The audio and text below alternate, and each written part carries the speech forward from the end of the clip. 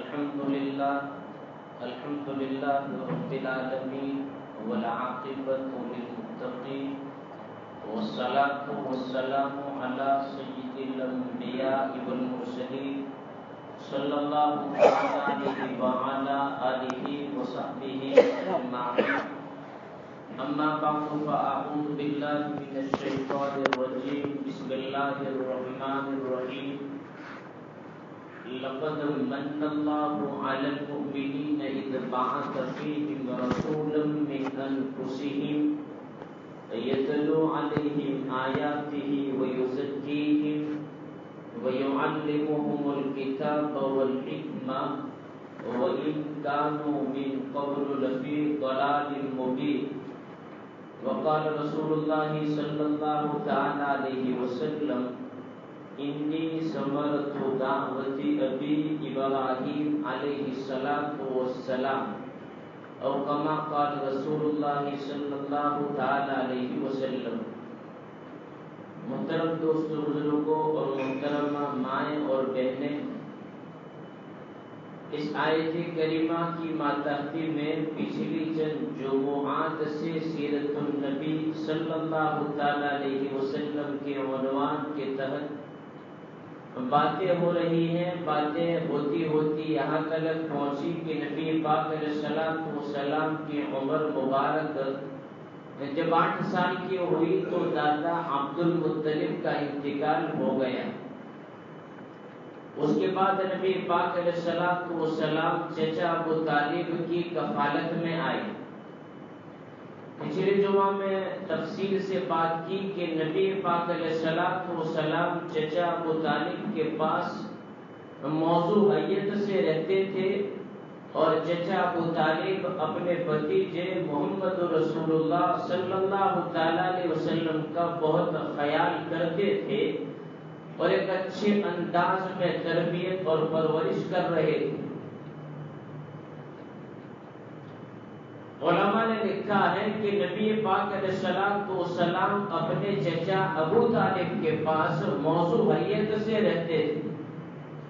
بھلے انداز میں آپ کا رہن سہن، وضاقت، چال ڈال بڑی موضوع.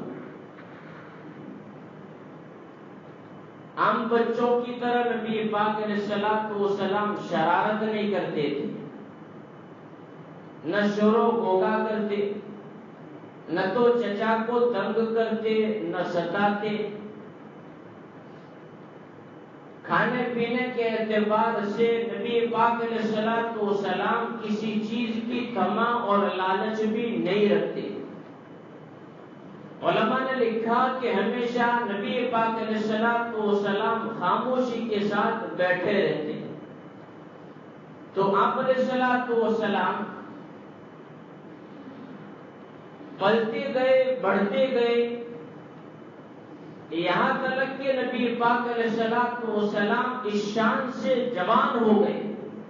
یا تو جوانی کی دہلیز پر آپ نے قدم رکھا کہ معاشرے میں اور سماج میں گناہوں نے جرائم جو کیے جاتے تھے، ان جرائم سے نبی پاک علیہ السلام کوسوں دور رہتے. بے شرمی، بے حیائی کے کاموں اور باتوں سے کوسوں دور.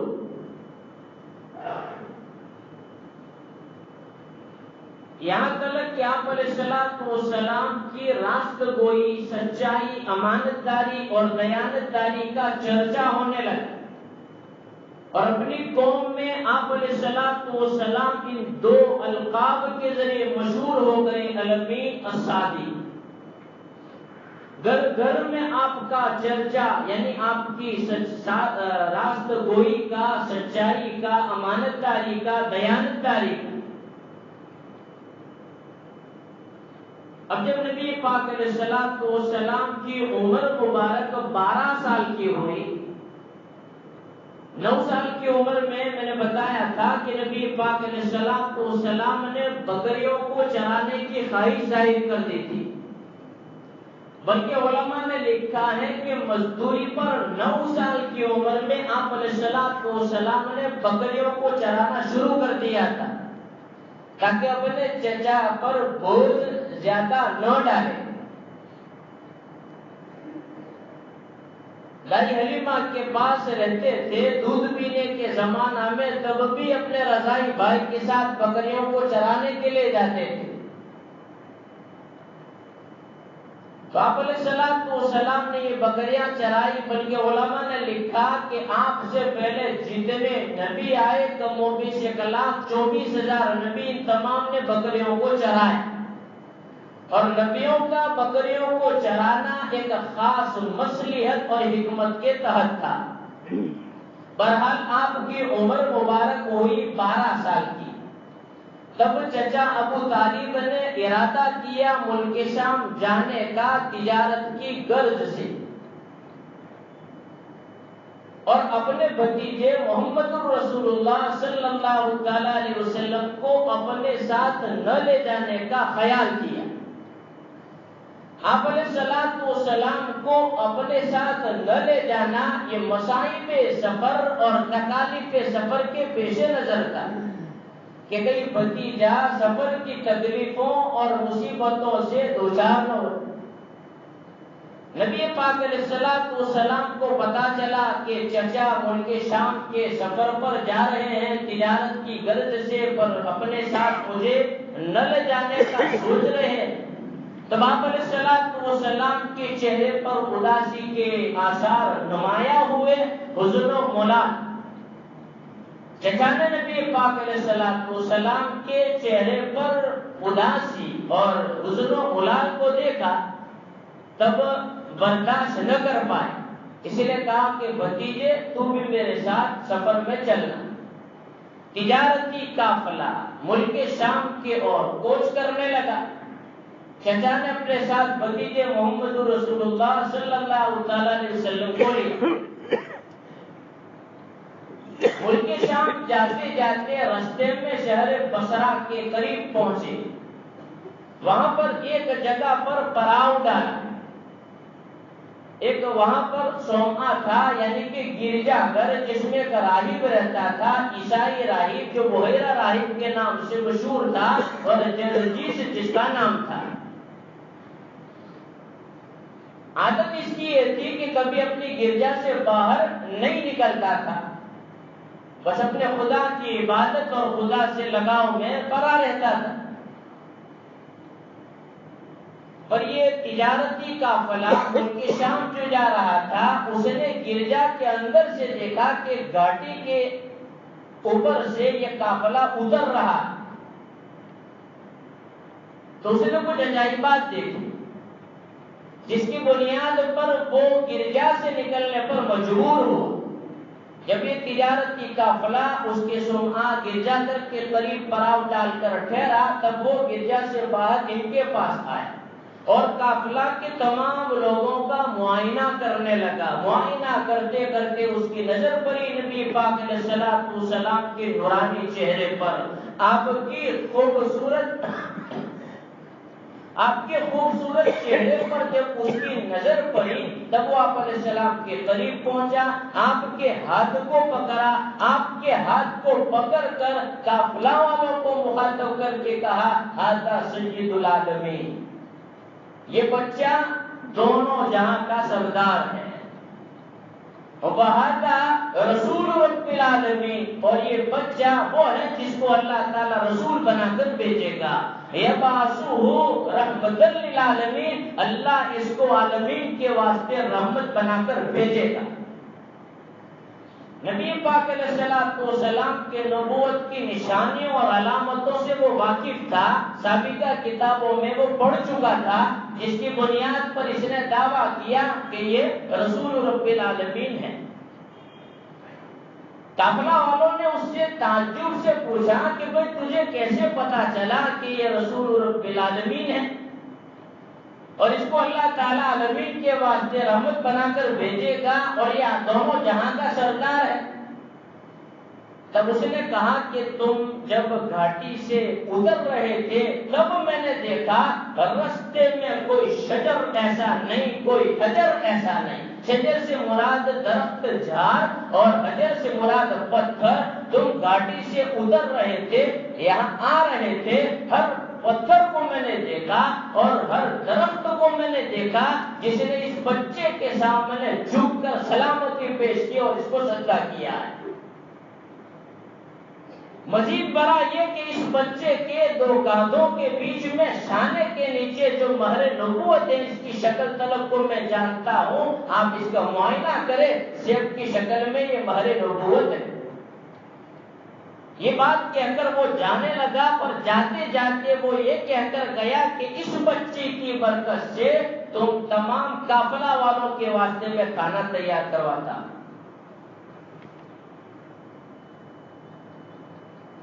اب نبی پاک علیہ الصلوۃ والسلام اونٹوں کو چرانے کے واسطے گئے ہوئے تھے، یا تو دوسری روایت میں یہ بات لکھی کہ قافلہ سے پیچھے تھے، یعنی کہ قافلہ ایک درخت کے نیچے پہنچا، درخت کے سائے میں تمام لوگ بیٹھ گئے۔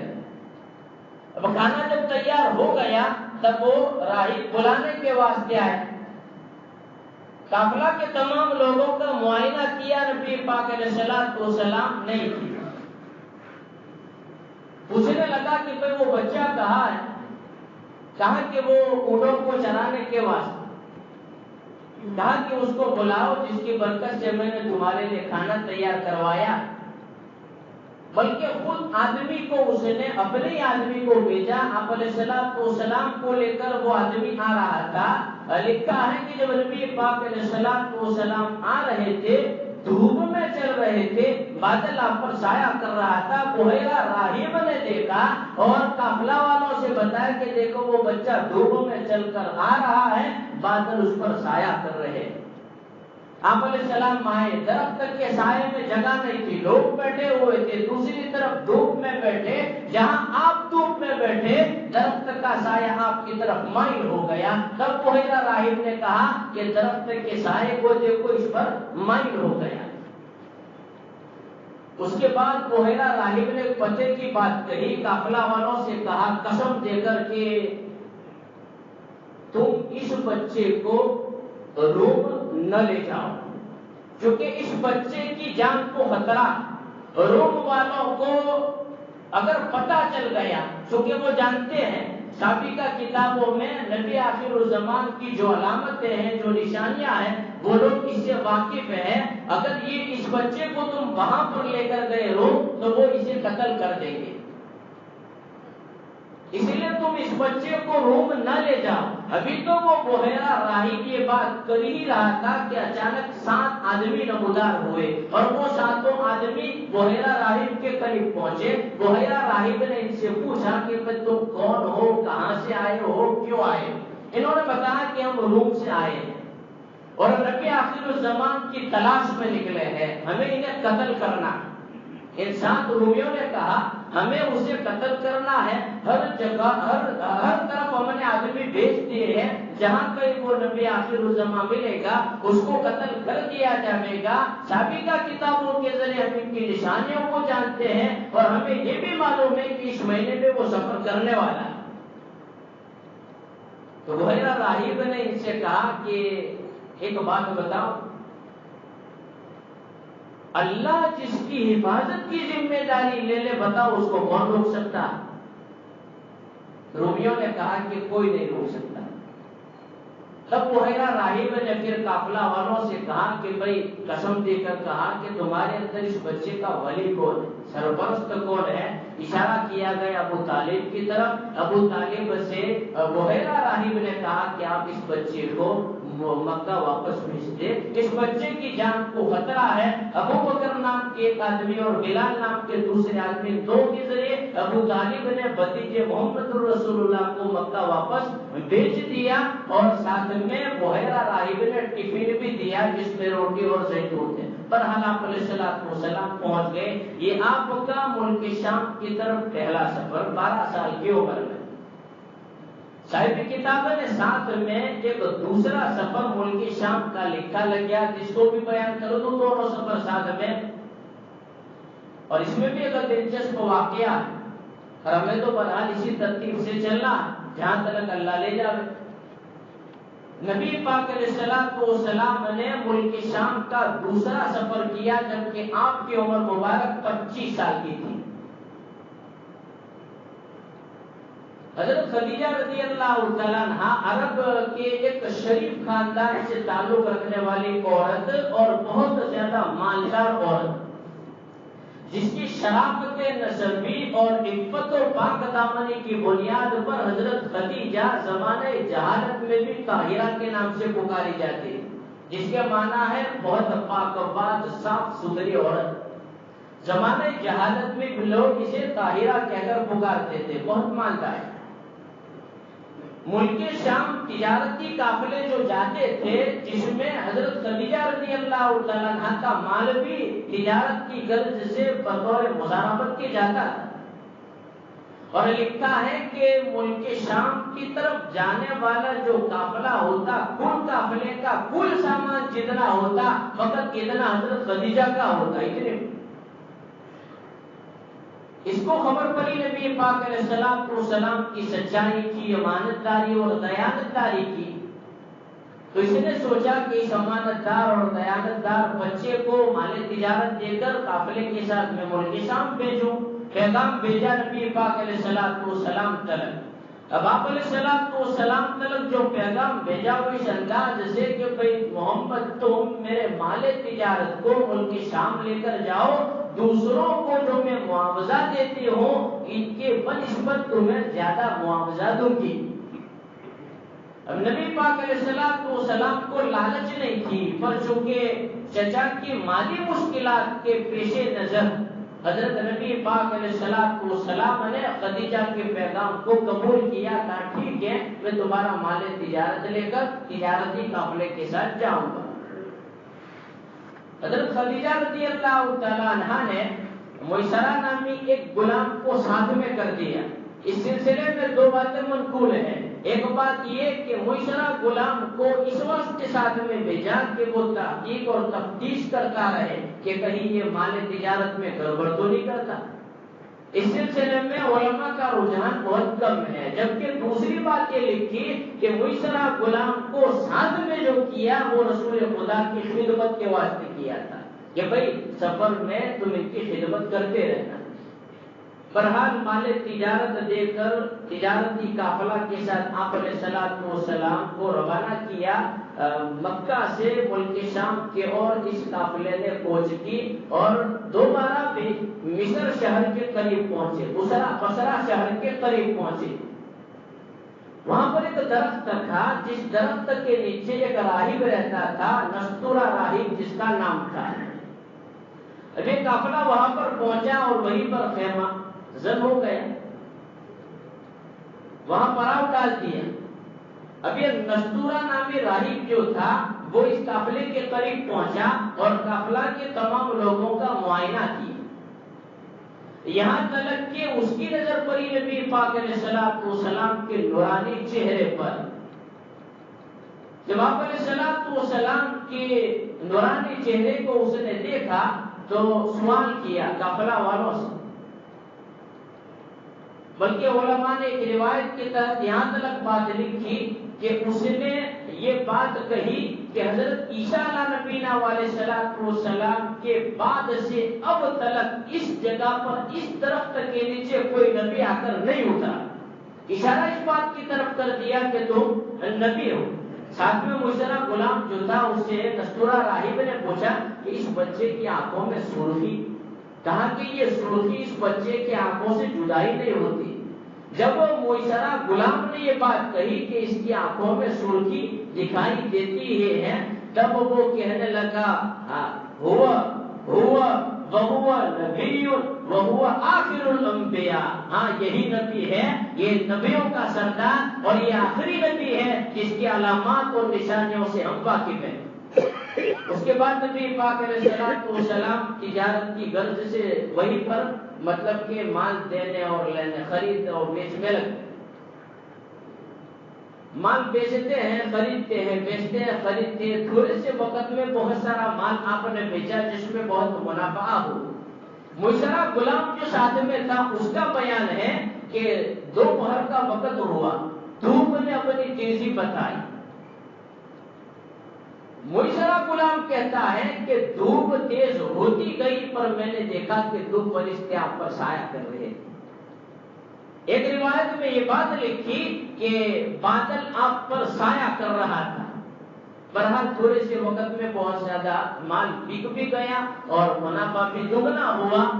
جب واپسی کا وقت ہوا قافلے کا، تب مکہ کے قریب جب یہ تجارتی قافلہ پہنچا تو میسرہ غلام کا بیان ہے کہ رستے میں نے دیکھا 2 فرشتے ان پر سایہ کیے ہوئے، اور دوسری روایت وہ کہ بادل نے آپ پر سایہ کیا تھا. جب مکہ کے قریب پہنچے تو اچانک حضرت خدیجہ اپنے بالا خانے میں کسی کام سے گئی ہوئی تھی. اچانک اس کی نظر پڑی آنے والے قافلے کی طرف. خدیجہ نے دیکھا، خدیجہ کا بیان ہے کہ یہ قافلہ جو آ رہا تھا میرے مال تجارت کو لے کر محمد کو جو میں نے بھیجا تھا، میں نے راستے میں دیکھا کہ بادل اس پر سایہ کرتا تھا. قریب میں جو عورتیں تھیں عورتوں کو بھی بتایا کہ دیکھو محمد مال تجارت جو میرا لے کر گیا تھا اس پر بادل سایہ کیے ہوئے ہیں. تمام عورتوں نے دیکھا اور تعجب کرنے لگی. بہرحال آپ علیہ السلام قافلے کے ساتھ مکہ واپس آ گئے اور مال تجارت حضرت خدیجہ رضی اللہ تعالیٰ عنہا کو سونپ دیا جو بچا ہوا تھا، اور وہاں سے بیچنے کی چیزیں جو لائے تھے وہ بھی یہاں پر بیچی حضرت خدیجہ نے، جس میں بہت منافع ہوا. اور وہاں پر جو تھوڑا مال ملا اس میں بھی بہت دگنا منافع ہوا. حضرت خدیجہ نے جو طے کیا تھا نکی کیا تھا اس سے بھی زیادہ معاوضہ آپ علیہ السلام کو دیا. اب حضرت خدیجہ رضی اللہ تعالیٰ عنہا نے دیکھا کہ بادل نے اس پر سایہ کیا، اور ساتھ میں میسرہ غلام جو گیا تھا اس نے سفر کے واقعات اور حالات کو بیان کیے تو حضرت خدیجہ رضی اللہ تعالیٰ عنہا تعجب کرنے لگی.